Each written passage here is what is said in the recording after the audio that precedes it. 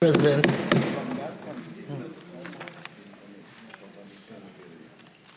Mr. Vice President, I thank you for recognizing me as I make a brief intervention with this motion before us. Yes. And I don't know if, well, I really want to congratulate Senator Mark for his exceptional contribution. Again, you really are a national treasure, Senator Mark. I thank you so much for your work on behalf of the citizens of Trinidad and Tobago. When no one else will speak up, Senator Mark speaks up. Right? However you do it in your style, you do it. Mr. Vice President, I just want to reiterate, because I wasn't sure that Senator Mark had done, with respect to the motion, which states, whereas it is provided by Section 3.1 of the Development Loans Act that the government is authorized for the purpose of, and I just want to interpret as I see it, because it is prefaced by the Development Loans Act. And it went on to explain, not only in the motion, I have the law right here before me, that it's for the purpose of A, financing general development in Trinidad and Tobago, B, the repayment of borrowings effected for such general development, or C, repayment of borrowings effective for general development. One, if this general development is by a statutory authority within the meaning of the Statutory Authorities Act. Two, by an enterprise that is controlled by or on behalf of the state, or three, by the University of the West Indies. Mr. Vice President, by the lowest bar, the minister did not cross this threshold. As a matter of fact, Senator Suniti Miraj, in trying to put him out of his pain, said this is like buying cat in bag. And I tend to agree with that. There was absolutely no explanation. Now, Mr. Vice President, we know that countries will have to engage in some level of indebtedness. But really and truly, particularly when it comes to debt financing, which is critical for development. But certainly, when you borrow for these development, what national development is, it is the capacity of a country to raise the standard of living of its residents. That is to be clear. It can be achieved by providing individuals with basic livelihood requirements and which supplies them then with employment, etc. Development is a process that creates growth, brings in progress and positive change. Now, different people put it in a different way, but by and large, we'll end up at the same space. And really and truly, when you look at what was said here today, there was nothing that told us how this loan, which is sponsored by the Development Loan Act, will do any of these things. I mean, the minister told us, he patted himself on the back, that he was not going to any external lender because you had to provide explanation. So he doesn't say much to the banks inside here if they will just let him come to him every 8 days, $1 billion, doesn't say much for them, they just hand it over. So if it is your reason for not borrowing externally, is because the threshold, the local threshold is much lower. But more than that, you are saying, I really don't care whether you borrow from RBL, FCB, RBTT, RAN Credit Union, it could be a Susuhan. We need to know what you're borrowing it for. What are you going to borrow it to do? What is the development that will create the growth that we so badly need, that it brings progress, and that will bring positive change to Trinidad and Tobago? Senator Mark did was very, very good and thorough in terms of giving us the backstory to where we are, starting in 2015 when the government would have moved in, and that the ceiling was 30 billion. And today, should the government be successful, we will be pushing 75 billion. And again, I reiterate, governments must borrow for development. But if the money is approved and is expended, we must see a bridge. We must see some, right today, I think I saw somewhere in Pinel, that there's a major complaint that the corporation, they have to find money to provide truck-borne water, because in 2024, you have entire communities that are not receiving pipe-borne water. So this government really has nothing to show for that 65 billion of the 45 of borrowed money, 35 gone already, done borrow and spend, and 10 today after today, and all you are seeing is woulda, coulda, should billboards.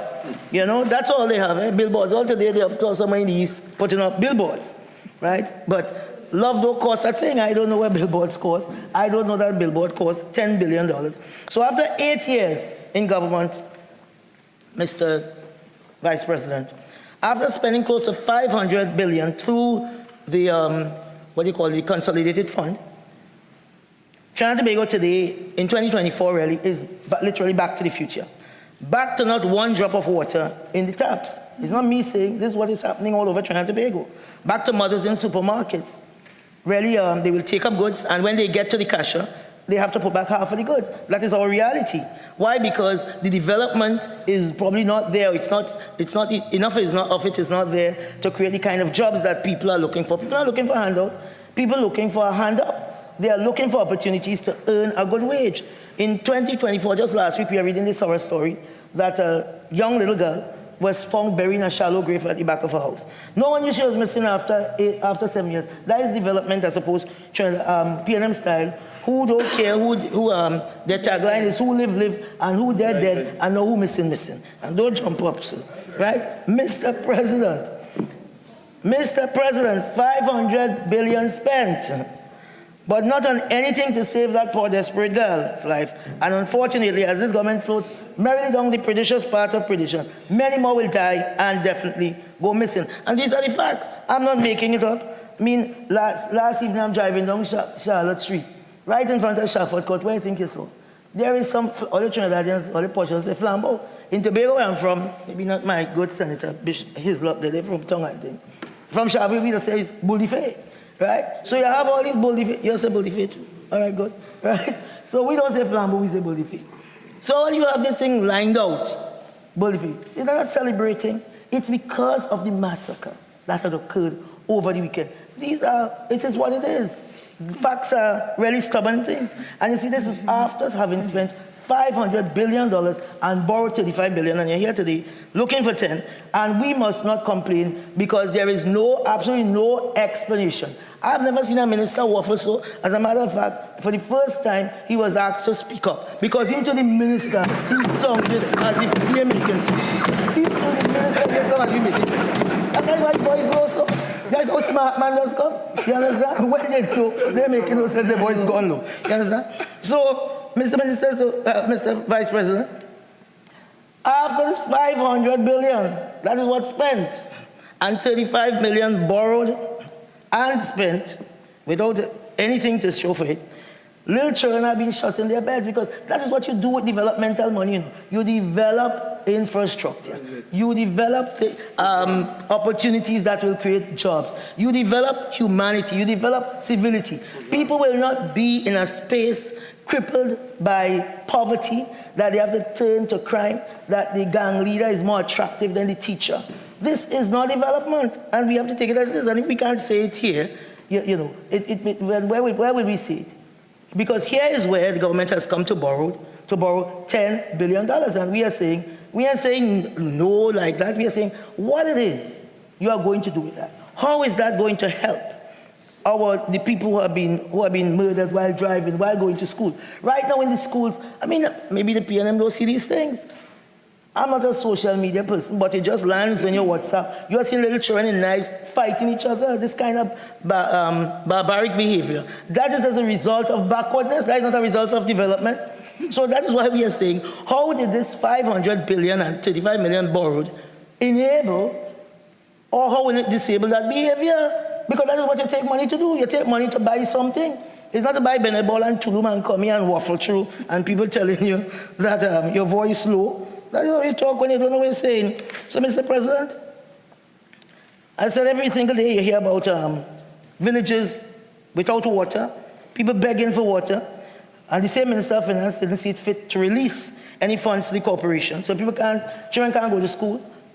Mothers, fathers can't go to work because they can't bathe, they can't cook, they can't do any of those things.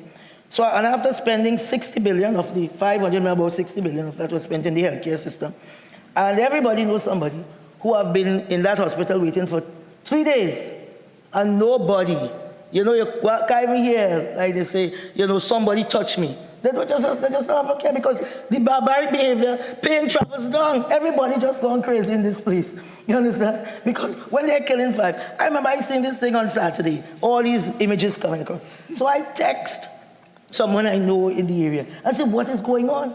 And they say, Sister John, this is not murder, this is a massacre. I cannot talk.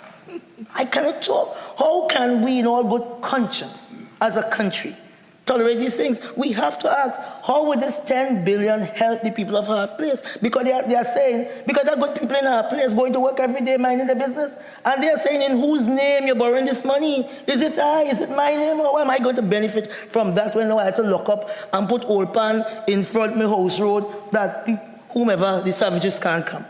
These are the things we have to think about, Mr. Vice President, when 500 billion just gone with the wind. Because when, for instance, the San Fernando Teaching Hospital, I remember when we got that mandate at UDCOT to convert this office building to this 216-bed tower. What did you do? It included facilities such as specialties such as for maternity and childcare, pediatrics, medical, general surgery, diagnostic clinic, urology, neurosurgical, and orthopedics. Why? Because San Fernando take care of about 60% of the healthcare needs of this country. And people were in the corridor of the hospital, lying down the same way.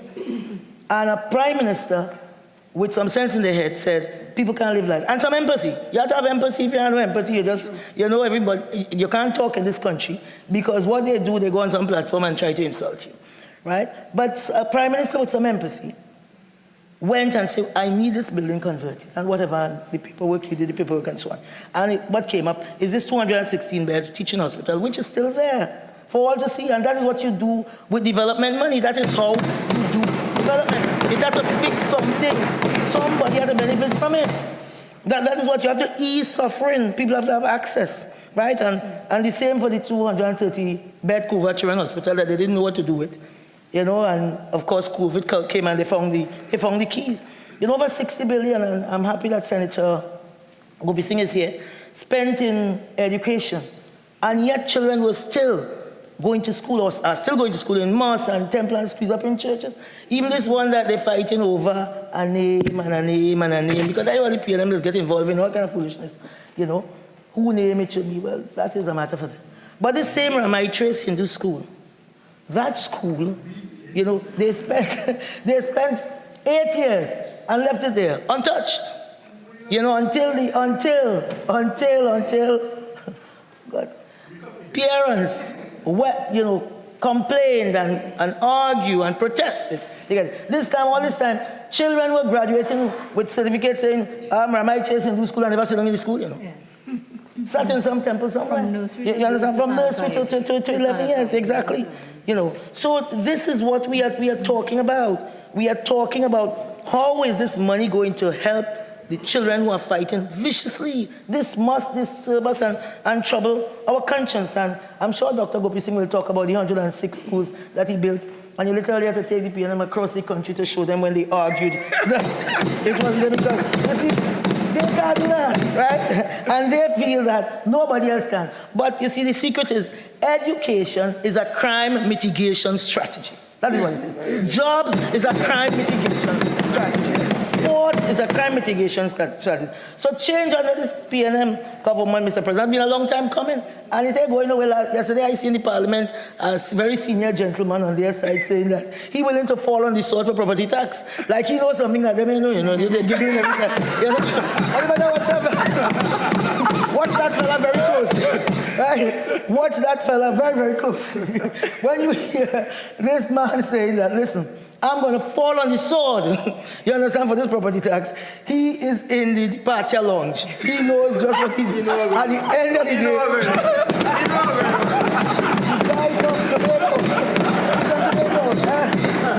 we are bright people. All right? You understand? Mr. President, notwithstanding 500 billion spent and 35 borrowed and spent 10 billion to come, every single citizen protesting for better roads.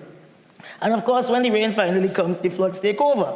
Because over the hundreds of millions spent in consultation and drainage plan and so on. somehow it's not been preemptive and proactive in saving people's lives and livelihood. That has been washed away. Now these are serious things, you know. There are a lot of people very poor, they have no insurance and so, and then they will disparage people and say, well, why you build on that bank and why you did that? That's what they could afford. Nobody choose to go and build on no bank for the house to wash away. People don't do that. It's what they could have afforded. You know, so what we have to do as responsible people, and when you have power as a government minister, you have to ensure that these people, one home that they have, doesn't wash away when the flood comes. You know, and of course, when people beseeching the Honorable Minister of Works and saying, you know, try your best to make this season. You know it coming for sure as night follows day. What you tell them? I am not Jesus. I mean, that's how the people behave. I am not Jesus, or call me Jesus.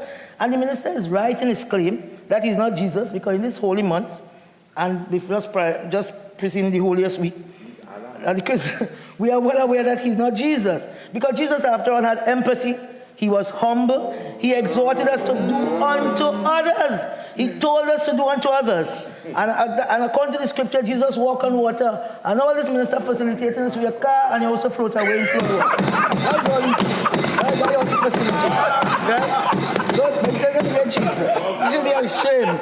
I've never seen that. No, son, President, I said, Father, forgive them. And this week before the Holy Week, they know not what they do. They don't know people suffering. And if you have the power to engage and to alleviate that suffering, that is what you have to concern yourself about. Now be sure, everybody they want to try and insult and badger and beat tongue and play that them some big thing. The people are waiting for you all. Yeah, the man said all my bags are packed. And I ready to go. And if property tax taking me out, let it take me out. All right? When that man say that, listen to what he has to say. All right? Listen. Our country, Mr. Vice President, is not progressing by way of developmental growth or progress, and there is absolutely no positive change. In fact, we are failing in every possible sector. The 10 billion asked before us today is the least of our trouble, quite frankly. The number we have to be mindful of, that after borrowing and spending that 35 billion and coming for 10 billion more, the one that we have to look at is that Trinidad and Tobago is one of the 10 most dangerous countries in the world. That is development P&M style. Yes. That is what they bring us to. That is the story past, right? 5 is number to watch, because now they're killing you one at a time and they're killing you in Gov't, right? Called on the front page of the Sunday papers is a massacre. These are the statistics that you have to look at as we become this backward wasteland and suffering under this dictatorial government. And even they realize they're dictatorial because man start a ball and say, I go fall. I ready a ball. You know what I say? Because someone say, I want a ball, because he knows that his bags are packed. Right? So today, Mr. Vice President, the same failed government with no plans, with no vision, right? They had to ask this Minister of Finance to speak up, because he knows he has nothing to add. He has no answer for anything. He come here with no plans, he come here with no vision, with the 2 hands swinging, right? And with no evidence of work ethic, no fierce urgency of now, none. And I watching Bully Fair in front of Trafford Court, I driving, I'm looking at this thing, and I allow it to hit me. You know, I ain't passing straight and say, well, that was this and that. I make no cast no aspersion, I don't know. But it is sad when you see these young lives just going, the blood just going, you just watch these pictures on social media. That is what we have to be engaging ourselves. That is what developmental is, bringing civility. Right, so Mr. Vice President, the owners of small and medium-sized business are asking in whose name this 10 billion is being asked for. Right, the maxi taxis, they want to know for whose benefit. Security guards, recently they got a $3.50. They're across the thumping their desk because they feel that is plenty. Poor people must never get nothing. You understand? It's plenty. Look at it, you're getting $300 more a week. Be happy. What's wrong with you poor people? You understand? Because they don't wind down low in the exclusive fete and so on. They can't go there, they can't feed at the table and so on.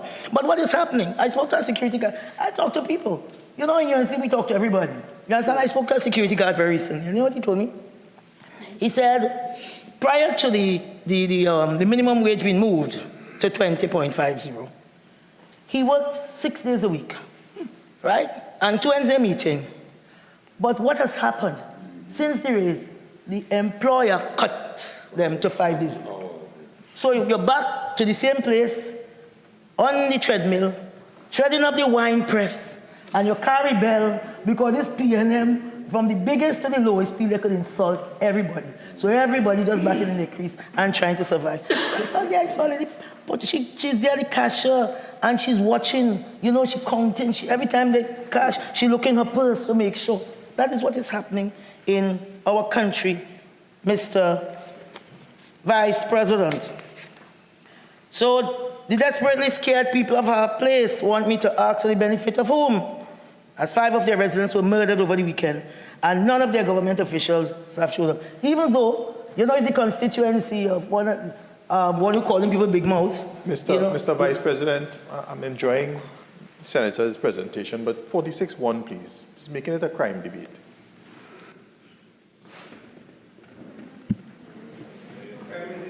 Senator, the topic of development is extremely wide. Proceed, please. Thank you.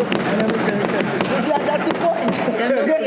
The point is they don't get it. You understand? They don't get it.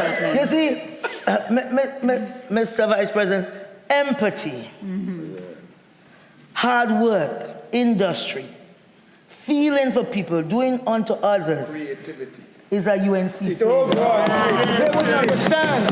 It's a UNC thing. You all wouldn't understand. You understand? It's absolutely a UNC thing. Empathy is a UNC thing, or they wouldn't understand. And it's okay. Crime. It's not only about the perpetrator, it's the victim also. So many young lives. And I'm saying, perhaps development is a tool. If there are more opportunities, we create more opportunities, whether it's the government on the way out or the opposition about to get in, whomever. My grandmother used to say, if the devil bring it, it's God send it. It doesn't matter. This is our country, and we want our country to prosper, because when the country prospers, we all prosper. So it's not this foolishness, they like all these buzzwords, who is patriotic and we're patriotic, but anyway, I'll so, Mr. Vice President, the government's track record clearly showed that it is not for the development, all of these things, it's not for the development of the majority of citizens of this country. Notwithstanding how they beg or borrow, there's absolutely nothing to show. Only last week, a United Kingdom-based investment bank said that the government economic outlook not good. Some obscure bank you know about, just now Rand Credit Union and Abercrombie Street wouldn't lend them a penny. The rate at which they are going. Right? Everybody's saying this government, that credit rate worthiness is very shaky. You understand? So it is high time the government account for the money spent, or at least give us some vision of where they are going, what has been achieved to date, and present a credible plan of action for moving forward. So far, the scorecard is saying development nothing. It's absolutely development nothing. Mr. Vice President, sorry. Just over a year ago, the ruler of Dubai, I'm just doing some comparison here, Sheikh Mohammed bin Rashid Al Maktoum. He tweeted. Now he does use, we have tweeters in here, but he uses his tweet to make sense. And he tweeted, and when Sheikh Maktoum tweet, somebody, his words mean something. And he said, Dubai aims to double the size of its economy in the next decade and become one of the top 3 economic cities around the world. That's credible. He said, Dubai will rank as one of the, that's what you expect to hear when you come in here, When you hear 10 billion is on the table, you say, okay, fine. Let us hear to what will it enable. Sheikh Maktoum said, Dubai will rank as one of the top 4 global financial centers with an increase of foreign direct investment to over AED, that's the money they use there, $650 billion, or approximately US $176 billion over 10 years. That is firm goals. And based on where they are, it is very realistic that they are going to achieve it. That is big man talking. You understand? People who get up and work. You understand a security guard who drives around in a Range Rover, no security guard. Why he could do that? Because you don't all he does is work hard. He ain't buffing everybody up, so he ain't afraid of nobody, as it is. So Dubai is they have over 300,000 global investors helping to build Dubai into the fastest growing global city. Why could they attract 300 300,000 global investors. Because if you watch their crime rate, it's probably zero. Crime, when you have crime and this oversized crime, people are afraid to come. And even if businesses, some will say, okay, I'll still go, tourists will not come. Because what they're coming for, to get their neck locked, to get their purse taken. So, Mr. Vice President, this vision of this gentleman is bold, it is brave, it is credible. Yes, it is ambitious, but it is believable based on their past. And 50 years ago, you know that was a little port, 50 years. Senator Lakshmi Dayal wasn't even born as yet, when Dubai was a port. And look at them today. They are competing in their niches with the biggest economies in the world. And that is what you do with $10 billion. You put us on a path of growth, right? Whoever, if the devil bring it, is God send it. That's what I'm saying, right? We wish everybody well, and we want you all to do well, because when we get in, it's going to be easier. But at the rate of going, oh gosh, man, y'all are making it very hard for when this government changes, when they send you all out. Watch the man who pack in the bag. So Trinidad and Tobago's, that experience vary, again, because all of this money has been spent over 9 budget. And as you know, skyscraper, we have not alleviated the flooding as best we could. Now the saying called, you have a friend in Jesus. And in this primitive manner, we are lighting Buldife to, I don't know if it's celebrate or mark, whatever it is, the death of young black men. So, Mr. Vice President, when you use this act as a government, must be out of absolute necessity. It must be for projects that are identifiable and which will immediately improve the lives of citizens, and it has nothing wrong with that. Right. So after 8 years, 500 billion one way, 35 the other way, with 10 coming, we have to ask ourselves, are we better off? Are we better off? I mean, they could talk their talk, you know. Oh, everybody knows the truth because they are living the life. They know it ain't no water in their taps. They know they're afraid for rain to fall. They know that they can't come out when 6 o'clock. We have had meetings, and you see 6 o'clock, everybody pack up and they're going. And you say, what? Why are you leaving? Because it has a curfew. It has a curfew. It's an informal curfew, but it is even more serious than a government-imposed state of emergency. You know, you can lose your life. And you see, because our government floating somewhere out there, they understand the reality on the ground. You know, they come here and they talk all kind of, I wouldn't say foolishness, Mr. Vice President, but they talk things that really is devoid from the reality. And we will forgive you if you come with the reality. We may even join with you to help, because at the end of the day, it is affecting the citizens of Trinidad and Tobago negatively. So, Mr. Vice President, in 2015, when the Minister of Finance came to this House to first raise the debt ceiling, he said, and I quote from the Hansard, "This government intends to conduct a borrowing program in a highly efficient manner, a transparent manner, managing the country's revenues and expenditures so as to minimize the government's borrowing for budgetary support, and providing government guarantees to state enterprises only for those projects with the maximum potential to reap maximum economic, financial, and social benefits for Trinidad and Tobago." Mr. Vice President, who could be vexed with this? This is words, but now we want to see the deeds, and you want to see the outcomes. You understand? That sounds nice. It sounds straight out of the World Bank or IMF policy manual. Today, 9 years later, and 45 billion lined up more. Where is this promised transparency? Where are the maximum economic, financial, and social benefits for Trinidad and Tobago? Right now, tonight you could go become an MVP and bury it, so you might have more bully in Charlotte Street. Go and see for yourself. You know, it's not easy to look at because you know what it signifies. Where's the proper management of the country's revenues and expenditures to minimize the government borrow? Where? So, Mr. Vice President, the people of Trinidad and Tobago deserve a clear understanding of the reasons behind this move every time the government does so, and a comprehensive plan detailing how these borrowed funds will be utilized for the benefit of our nation. Because only recently, one of our senior business, what do you call it? Tycoon. Well, no, I hope you're not a tycoon because you have to explain why he's a tycoon. Right? But a senior business professional, he's not practicing no more, the former chairman of Republic Bank, Ronald Harford. You know, he emphasized that it was imperative to recognize that the government serves the people, not the other way around. He said he called on citizens to remember their crucial role in holding the government accountable. He said, we belong in this country, he put a word before, a little bit of a strong word, and the politicians are here to serve us. And when we see things going wrong, it is your money that is going wrong. That's your tax money that is being wasted. And he said we can no longer be spectators. We must be citizens and assume the rightful position and responsibility to guide this country. Well, who tell Ronald Harford to say that? Yeah, both too. Right? Yeah, yes, exactly.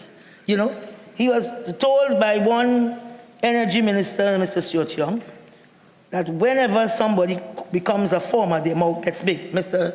Vice President, and I'm quoting from the Express, please. I think 14 or 15. Well, he might get big just now because he must watch his boss, who is very close to him. He must know what is happening. So he noted that he was astounded. You know, so people cannot speak up in this country. And in a democracy, it is important that there is transparency at every level. If the citizens of the country not talking back to you, how will you know what is going on? When you're in a car with your glass wine up and you have security guard guarding you, you cannot know. You are insulated. So when it is somebody like Ron Harford he has to speak up. He has worked he has had a long career. He has gotten to the top of the mountain. From the ground, he has worked all the way up. But with this PNM, there is no bar that is too low for them to go. Exactly. You understand? To try and destroy people who have made contributions to this country. Them alone made contributions. But I must say the Express did us well this morning. Mr. Vice President, with your permission, the opinion of today, right, they're saying, and just allow me, the National Joint Act, I think this is important we put this on the record because this is a habit of this government. The NJAC was among the first who recognized early this administration's tendency to publicly berate, dismiss, attack, and rage against any individual or organization who dare to criticize its governance of the country. Now, it's a democracy, and based on this democracy, we are saying we want to develop it.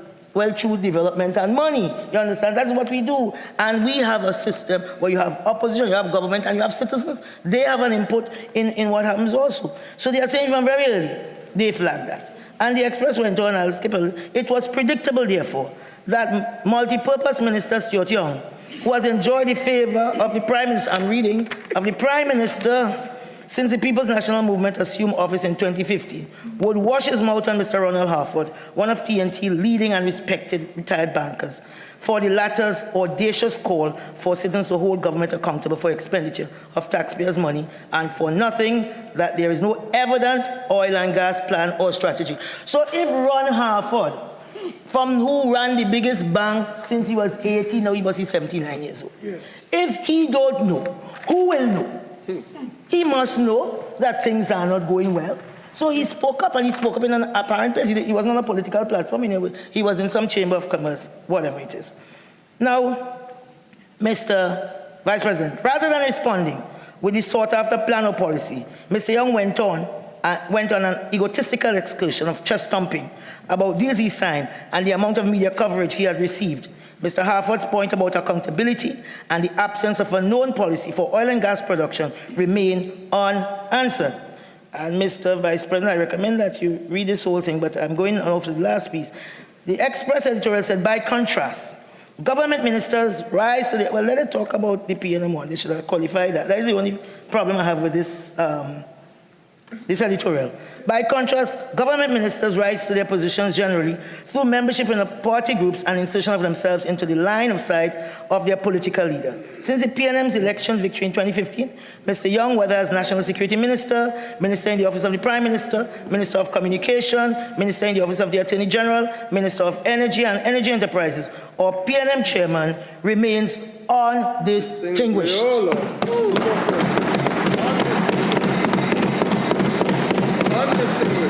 That's to put it diplomatically. Senator. So, because... Senator John, You have 5 more minutes. So there he was, up and down. You understand? Oh, nice. Upset that nobody is patting him on the back for presenting nothing. You understand? Because, yes, sir. Order 46-1. There's no relevance of this to the motion at all.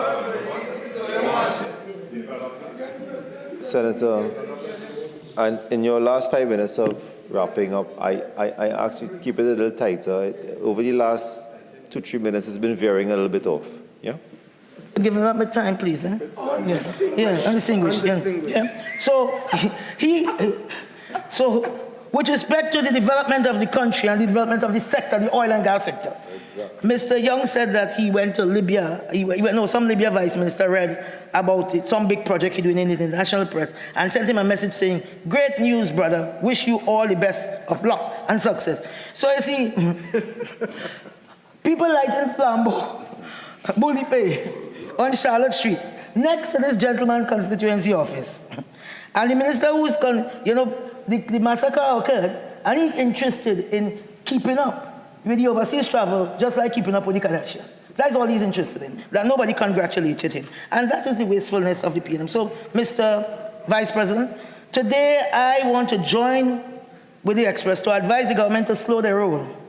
And if their policies, programs, and practices are not in alignment with the dreams and aspirations of our citizens, to develop our dreams and aspirations, which is to develop Trinidad and Tobago into its fullest potential and benefits for all, and you all cannot take the heat, then do just like the other gentleman saying. He ain't afraid to lose. All right? Pack all your Georgie bundle and get out of here. Thank you.